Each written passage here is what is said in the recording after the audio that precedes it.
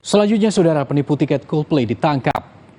Penipu tiket konser Coldplay satu persatu ini dijuduk oleh polisi.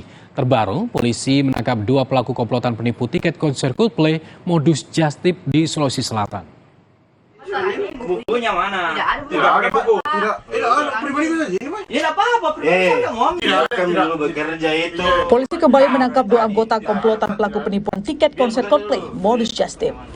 Polisi melakukan penangkapan di rumah pelaku di Rapang, Sulawesi Selatan. Meski awalnya pelaku sempat mengelak, namun polisi menemukan bukti-bukti keterlibatan pelaku. Dari lokasi, polisi menyita buku tabungan, telepon genggam, dan uang tunai. Penangkapan ini merupakan pengembangan penangkapan 2 pelaku lainnya. Keempat pelaku penipuan tiket Coldplay kini sudah dibawa ke Jakarta untuk menjalani pemeriksaan lebih lanjut.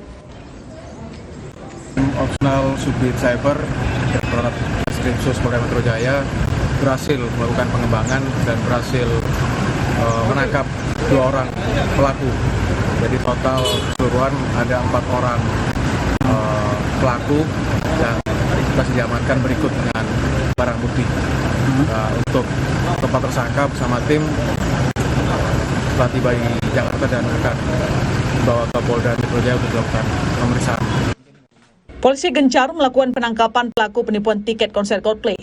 Sebelumnya, polisi juga menangkap suami istri penipu tiket konser Coldplay di Kabupaten Bantul, Yogyakarta pada pertengahan Mei lalu. Polisi kemudian membawa pelaku ke Polda Metro Jaya untuk mendalami peran masing-masing. Tak hanya di Yogyakarta, penipu tiket konser Coldplay juga ditangkap di Malang, Jawa Timur.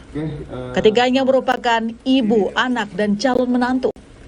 Modus para tersangka dengan menawarkan jasa titip di media sosial hingga mengaku kenal dengan orang dalam untuk mempermudah pembelian. Tim Liputan, Kompas TV.